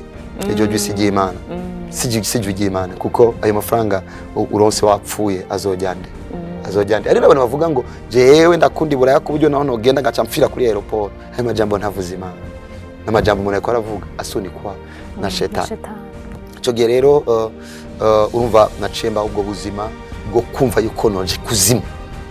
Citangaza niki ntanguye kuja mu ibarabara, namva ijwi rimbwira mbega uzotanga kanaka, gaca nikangura ndiko vugana nande, gaca mbandanya. Igituma nikangura niko kubambwira ba bana tuvukana bajya bato nifuza gufasha, nibo nasanga bambaza. Byari bigoye cyane ko umutima ndawugururira. Ijwi gatangura kumbana rimbwira, ndibuka ko mu kibenga ndiko ndagenda n'amaguru boro, rimbwira ngo none ni wotanga umwe abandi bagasigara ukabafasha. Ayo majwi yavaye, ariko Imana nizizi yaraturinze twese. Nibuka iki karaka ruvuga ngo reka ngende ndondera isoko muri Kongo. Mu kujya kurondera isoko muri Kongo sanganice ku gitanda avuga ngo Mana undinde, Mana undinde apana Yesu, kuko ndo mwana nakuriye mu ishengero. Igihe cyose umuntu agomba gufata accident akoba gashoboye gutuma yibuka gusenga. Siko vyumva ku imodoka, nabona ku imodoka yagira accident sanga navuze Mana gusa ndashobora kuvuga Yesu kuko Yesu nirindi zina. Yego. Imana zo ni nyinshi, na Bayeli yitwa Imana, Ashera yitwa Imana, Dagoni yitwa Imana, ariko Imana y'ukuri ni Kristo Yesu umwami wacu. Amen. Cyo gihe rero maze kuvuga gutyo ngomba kujya gufata rya cupa, ndumva je nyene ngo none nusenga Imana zibiri kuko rya cupa ryanje ryitwa izina ry'umuntu. Nibuka ko bwa mbere iryo cupa nagita Abdul, kuko igihe hari umuntu yitwa Abdul yaciye apfa, yaciye vuga reka rikorera. Mvuye South Africa ko yako nari nononekaye cyane, ndagita Daudi ngo Daudi niyo yagamburikiye Imana ngo n'iryo cupa rizongamburukira. Abantu bononekara cyarimo. Urumva ko cyo gihe ndavuga ngo sinosenga Imana zibiri, ndagenda narisize muhira. Ngiye Kongo nari ngiye kugira ngo shobore kugira publicité, wona agomba guhura nawe n'umugabo witwa Kianza asanzwe afite studio. Muri iyo studio yiwe akora indirimbo za gospel, indirimbo zo mwisi. Igituma akora indirimbo zo mwisi, asanzwe afite association agomba gufasha abajya bari mu isi bakizwe. Acahitamo ko bareka bakora ivyabo, ariko mwanya bari kumwe muri studio bagakora indirimbo ikamenyekana, acatangura kubigisha ukuntu bakora iz'Imana. Rero benshi baca bahindukirira ngaho nyene. Bananje ngiye yo kugira ngo nikorere indirimbo, ariko kandi ankorere publicité kuko azinanye n'amateleviziyo akorera Bukavu. Gezeyo sanga madamu wiwe yagiye Goma, kuko mpanga ibintu, acambwira ngo nurindire kurondera hotel cyangwa ahandi hantu, shikira ngaha nyene. Tuje tugenda muri ryanzu irimo studio, dufata irya cyumba kugira ngo mu ijoro turirimbe. Tugiye muri cyo cyumba cy'icyo cya studio, tutegerezwa kujyama mu cyumba kimwe. Uwo mugabo rero arasenga, jewe nanje mpamagara bazima. Umva ko shetani nivyo akora byose abikora ahatari umuntu w'Imana, kuko aho duherereye sikibanza cyo ko shetani akorerayo, ni kibanza cha shetani afukamayo. Nimba shetani yarafukamye, abo mu ijuru abo mu isi nabikuzi barafukamye bavuga ngo icubaro kibe ic'Imana n'ic'umwagazi, bisigura ngo uwo mwagazi yicaye muri twebwe. Nimba shetani yarafukamye abona Yesu, bisigura ngo shitse ategerezwa kuja ku mavi. Iyo niyo realite spirituelle. Cyo gituma Yesu avuga ngo ndabahaye ubasha bwo gukandagira inzoka na scorpion, kuko yarazi ko tumuhonyora yafukamye. Uwo muntu rero dushitse muri iyo nzu, urumva ko Yesu ari muri we ategerezwa gupfukamisha ibindimo. Muri icyo gihe nangura guhungabana, kuko mu kuryama nahamagara abadayimoni, wo mu kuryama nahamagara Yesu. Wogira ngo areka wogira ngo aho Yesu ari dayimoni yoza. Icyo gihe cyazihunga. Ijoro rya mbere ndahungabana vraiment, ndahungabana kuko ndi mu karere ntamenyereye. Bakavuga tukora indirimbo bakanihangane na izindi ndirimbo zo kwitahira. Ijoro rya kabiri, ijoro rya gatatu cadarota indoto. Icyambere nivyari bimworera ko yombwira ubutumwa byiza, kuko napinga abaporoti. Umuntu wese akijijwe nabona ko yacanganikiwe. Cyo ni cyambere. Icya kabiri napinga abavugisho. ndavuga ni gute umuntu aza kukubwira ngo Imana yambwiye, iyo Mana yakubwiye kwizero ni ari gukatanga ikahansanga. Urumva ukuntu ibibura nari mfise usanga uyu mugabo nari kuri defensive hatashoboye kumbwira ivy'Imana yamubwiye. Icya gatatu napinga abantu bavuga mu ndimi. Umuntu avuga mu ndimi navuga ngo abaporoti bavuga amazina y'abakinyi ngo Rigobert Song bakora bavuga mu ndimi. So urumva ko nari vraiment nari muri position yo kubipinga byose. Imana iragaheza gito. Yesu n'umwami. Haleluya. Urumva ko napinga byose. Uwo muntu ntiyari kumbwira ubutumwa bwiza. Ariko ari Imana. Haleluya. So ariko ari Imana idashobora kubura inzira yo gutabara umuntu. Mwijoro rimwe candarota indoto. Muri iyo ndoto candota jewe umuntu ariko arambwira ujya mupfumukazi yarakuboshe yaboshe inyenyeri yawe. Nukuri mu ndoto nyine avuga ngo ndabizi. Parce que ndabizi nukuri nishobora kujya ku mufumu ngo agukorere atagukoreko. Ugiye iwe akoresha inyenyeri yawe. Uvuze inyenyeri ni ibintu tudatahura benshi ariko reka mvuge. Igihe Yesu yavuga ni bande babonye inyenyeri ya Yesu? Yavuka. Yesu kivuka rya Yesu. Ni bande babonye inyenyeri? Abamagicien n'abakirtiste n'abantu bakora iby'abadayimoni. Nibo bantu ba mbere bitwararika inyenyeri, baramenya ko inyenyeri ibonetse umwami yavutse. Baramenya ko inyenyeri yibonetse situation kanaka igomba kuba. Ni abamaje niko bavuga muri Bibiliya. Nibo bagiye kuraba Yesu ahari. Birumvikana kugira ngo abantu bo mu isi y'umwiza inyenyeri barayuba kandi barayubahiriza. Kugira ngo ugiye ku mufumu akakubona n'inyenyeri nini aca irekipe kuko akeneye abakiri none ko witwayeyo. Ni kuvuga ko akoresha ibyawe ibyari kuba ibyawe akaca birekipera. None iyo abantu bavuze ngo bagiye ku mufumu akabaha mariage ari umufumu afite mariage. Numva ko yafashe mariage y'undi mukobwa yagiye kumwibomako acavuga ngo okay urizanye akaca y'imwaka akayihunda. Ega shetani naca afise. No shetani akinafise. Shetani ukumva ngo yahaye umuntu ubutunzi, menya ko yahaye ubutunzi bw'umwana w'Imana ya Samari. Ndagasubiremo. Ukumva ko shetani yahaye umuntu ubutunzi, menya ko ubwo butunzi nubwo umwana w'Imana yasamaye shetani yakoresheje arabutanga. None afise iki? Agikurahe? Yaremye iki? Hama wibutse ko Daniel asenga ubwami bw'abaperesi bwarazibiye hejuru. Iyo Mikael atari kuza kugwana kugira ngo Gabriel amanuke, bijye ibintu byari gusigara mu kirere. Byari kujya kwa Daniel cyangwa byari kujya ku wundi mufumu? Byari kuhava. Imana ishime ko Mikael yaciye agwana. Batwebwe urabizi ko Yesu ari kumwe natwe kugira ngo biva mu ijuru bishike direct. Kuko biva kuri we bijya kuri we. Biroroshe. Hama igihe shetani agukanga ngo ngomba kuzibira amasengesho. Ubwire nangora dugayo ariko Imana ndiko ndasenga niri yari iri ngaho. Ikiganiro dukorana n'Imana. Okay, nibaza ko abantu bataye icyo ngomba kuvuga. Ico gihe rero urumva ko babambye muri iyo ndoto ngo umufumu yaramboshe. Ndavuga ndabitanda bizi ko umufumu ategezwe kugira icyo afata.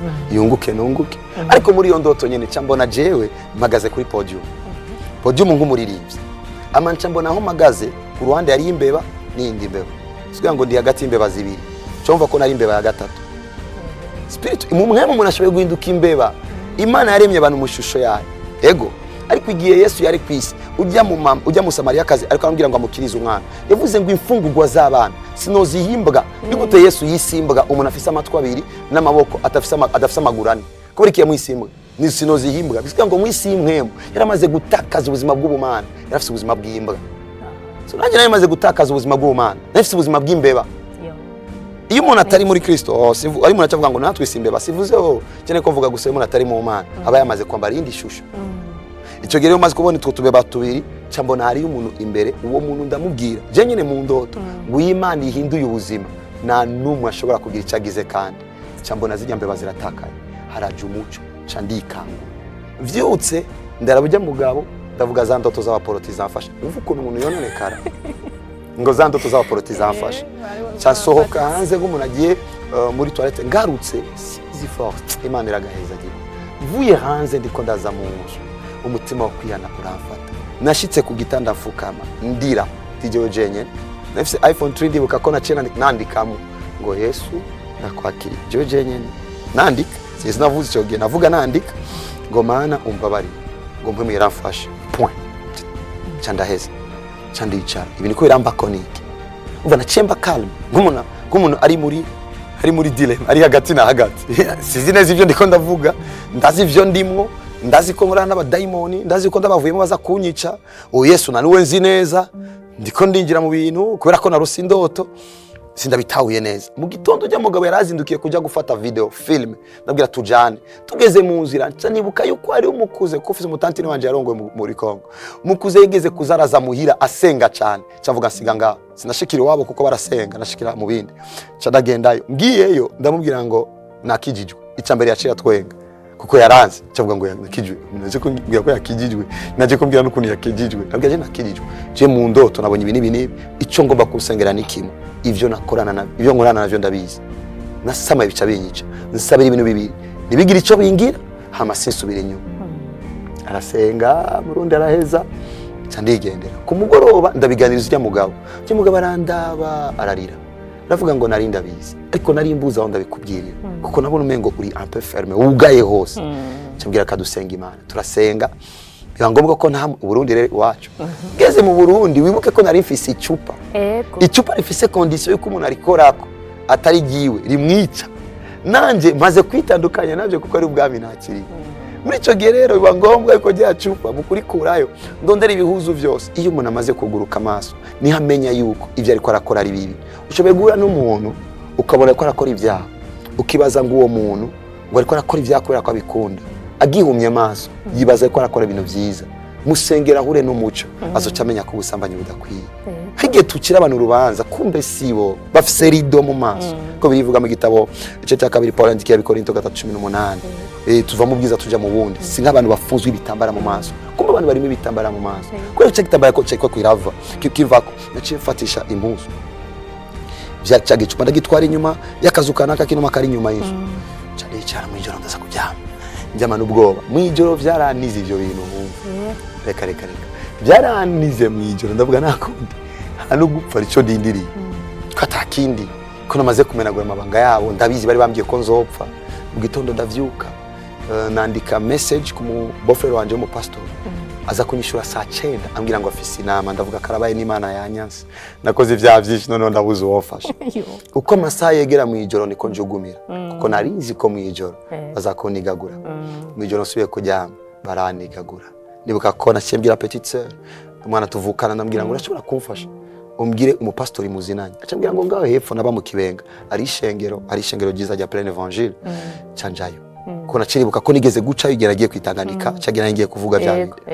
ngiyeyo ngeze ku muryango ndaba abari ndani je nari umustar yambara vya bihuzwe n'ibinini yambara ibitimbalene afise ubuzima afise n'amadread n'amahereni ndavye abari ndani bona bambaye amatisi ndavuga mana mwijo abantu tuzobana kandi bivemo umva ko ntangiye gutegwa n'ibindi ariko ngomba kurengana ngo ndabivemo ngaca nibuka mwijoro ni hagera ari bintu kanaka shetani akora ku muntu akibaza ko ariko aramukomesha kumbe ariko aratuma umuntu azofata decision vyoroshe ivyanize vyaramfashije gufata ingingo kugira amishengero muri uwo mwanya ko nibuse ko biza kuniga ndavuga reka ninjira naciye ninjira nicari inyuma sinavuze n'ijambo bavuga naryo numva je naricaye inyuma avuga ngo ngomba abantu banguremo zino kacu ko bino bintu biniga umengo nibijonsi nako byari binigagura mu ijoro umengo nimwe mu irantwanya ndicara ari umukozi Imana wo mu diacre twagiye acaraza ambonye ngo amahoro niko namahoro suguje ine abona umusani ari mu ishengero n'amadredi yicari inyuma ndambwira yego nakijijwe akindi navuga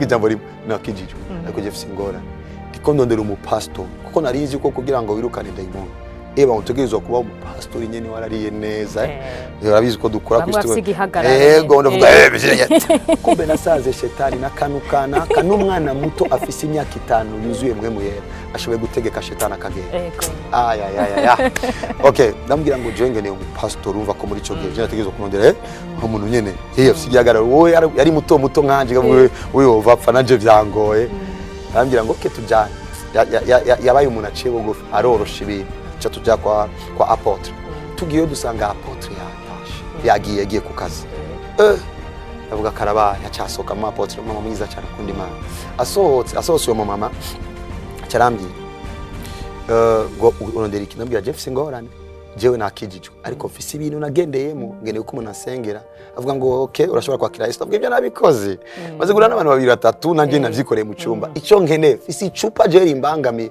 bari nkureko amibindi bikurikira acarasenga arasengera acavuga ngo okay gende acambwira ngo njane n'uwo muhungu umusore mu diacre twagiye n'undi mukobwa muto gutya yitwa Yvonne ko ari wabarungitse nibapfa nangora numva ko ari abirungikiye je ko ngomba kwicupa rimvako cyo tugenda aho iryo cupa riri je nahagarara kuri quelques metres nkabwira ngo riri haje kuko narizi ngo niba rikorako baca batembaga kumbe shetani afise abakinisha n'abadakinisha nashobora gukinisha umuntu afise Yesu by'ukuri azi Yesu afise barariterura navuga ngo tugende kuri eglise twagenda ku ishengero bo bagendera imbere nanje ngendera quelque part nko kuri 100 metres vuga ngo nabona baguye hasi campindukira niruke kuko narizi kweza kubatembagaza ari umuntu abafise ibintu bibaza ko bikomeye ntamenye yuko ari ukomeye kuruta ivyo biti bikomeye ari umuntu abafise imiti bamuhaye baza ngo irakomeye namenye yuko ari umugabo akomeye kuruta uwamuhaye imiti. Okay. Noneho turagenda tugera kuri kwishengero bataragwa hasi. Je ndabirabira ku ruhande. Barugurura kuko yari mu gatambara gato barajyugurura bakuramo ibihari ujya mukobwa arafata ibuye. Amena rya cupa. Kubera je nari ndiye cyane n'irya cupa. Amenye icupa umengo amenye umutima. Ndikanga gucya nk'umuntu umengo bamenye umutima. Arafata rya cupa ndi ku ruhande mbona naco babaye. Aca afata inkwi barashirako n'indirimbo. Nanjye ndiko ndabaravuga abaporoti bariyemera.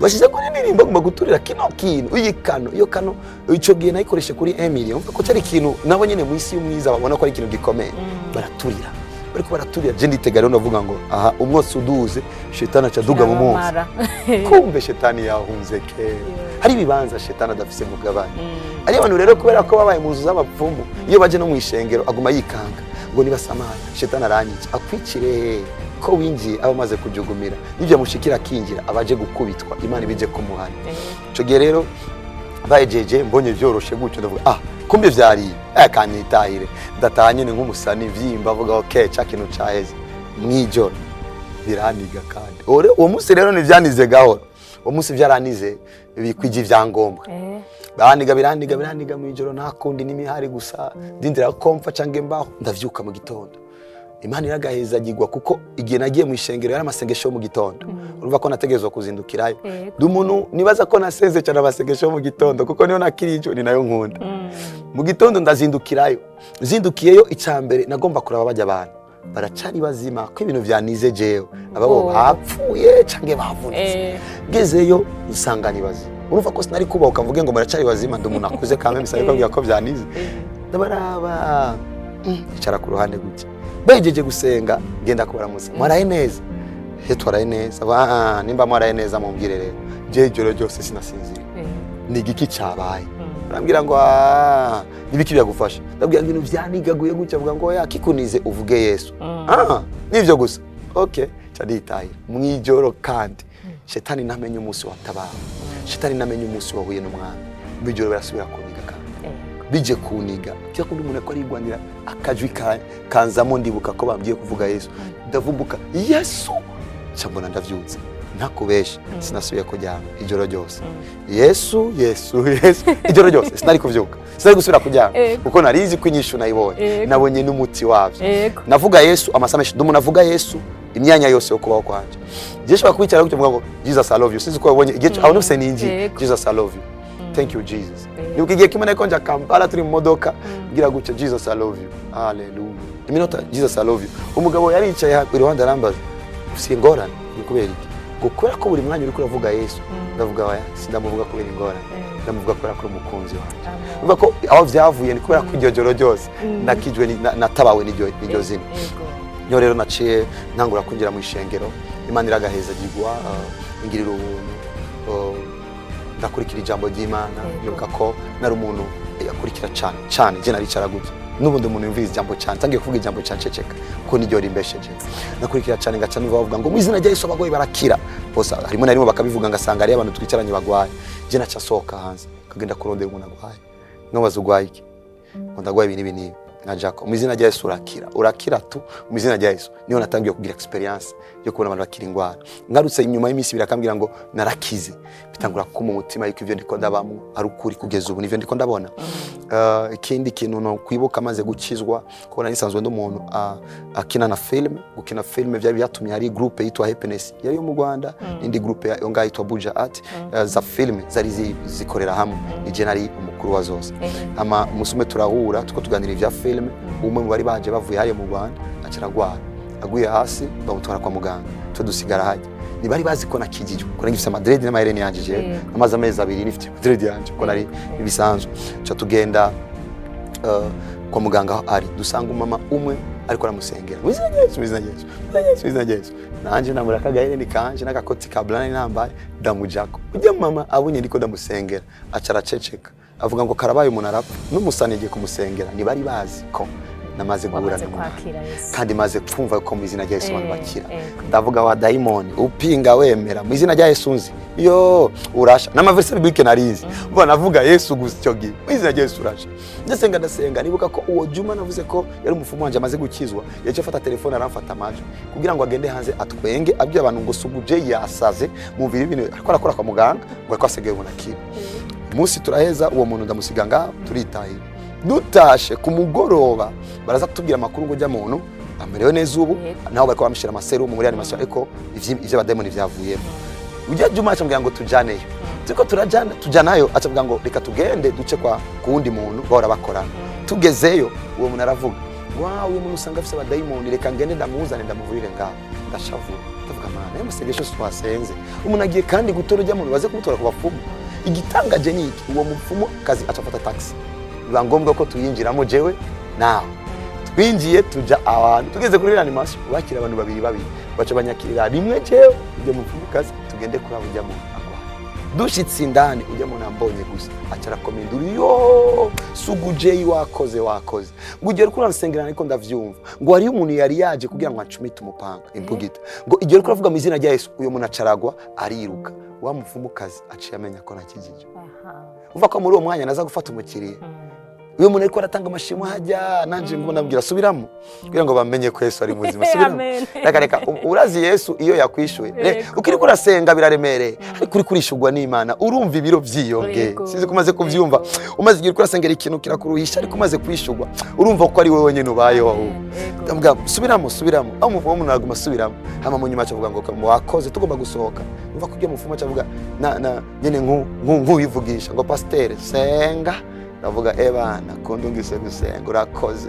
nanje naguma mvuga Yesu ndabizi ko waziriye abafumu bose nariko ndasenga ariko mvuga ubutumwa yego mu nyuma yaho rero ubuzima bwanje burahinduka kugeza uno munsi nacengira ishaka bidasanzwe ryo kuvuga ubutumwa bwiza cambere natangiye kuvuga ubutumwa bwiza ku mashure n'ubu ndagenda ku mashure cyane mu groupe biblique kugira ngo mbwire abajene biko badakwiye gutumbera hatariho ibikorane nkora kenshi ku banyeshure mu nyuma nangura gukora ibikorane ku materane aho twaja Mwaro hagakizwa abantu barenga 4,000 aho twagiye Ingozi Gitega abantu benshi bariko baratabagwa ubwo buzima nibwo buzima tubaye ubuzima bwo kuvuga Imana ikaba yaduhaye n'ibikorwa vyayo ibikorwa vy'ibikorane ego nivyo byambere dushira ku mutima ariko Imana kandi ikaba yaraduhaye n'igikorwa c'ishengero hajyo turongo iri mu Ngagara kiretse iryo shengero turongo iri mu Ngagara Imana ikaba yaraduhaye n'igikorwa cyo kwigisha biciye ku marezo sociaux aho dufise channel muri YouTube ya Joshua Prophet of Jesus abantu bakurikirana ubutumwa bwiza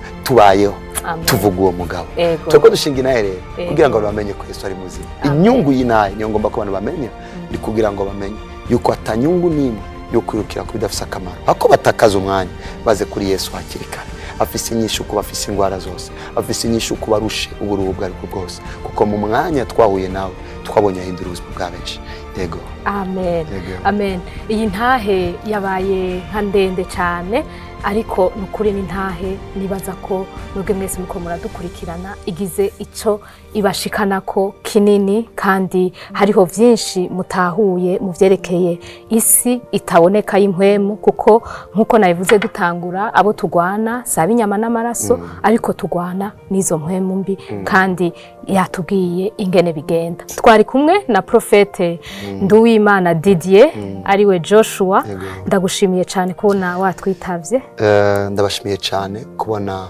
nashoboye kugira ubuntu bwo gushobora gutumbereza ubuzima bw'abantu benshi biciye kuri kino kiganiro cyiza nshimira Imana ku bantu bose bakurikiranye ino ntahe yego namwe mwese rero mwakurikiranye iki kiganiro ndabashimiye naho mu kindi kiganiro itangura ry'ubwenge.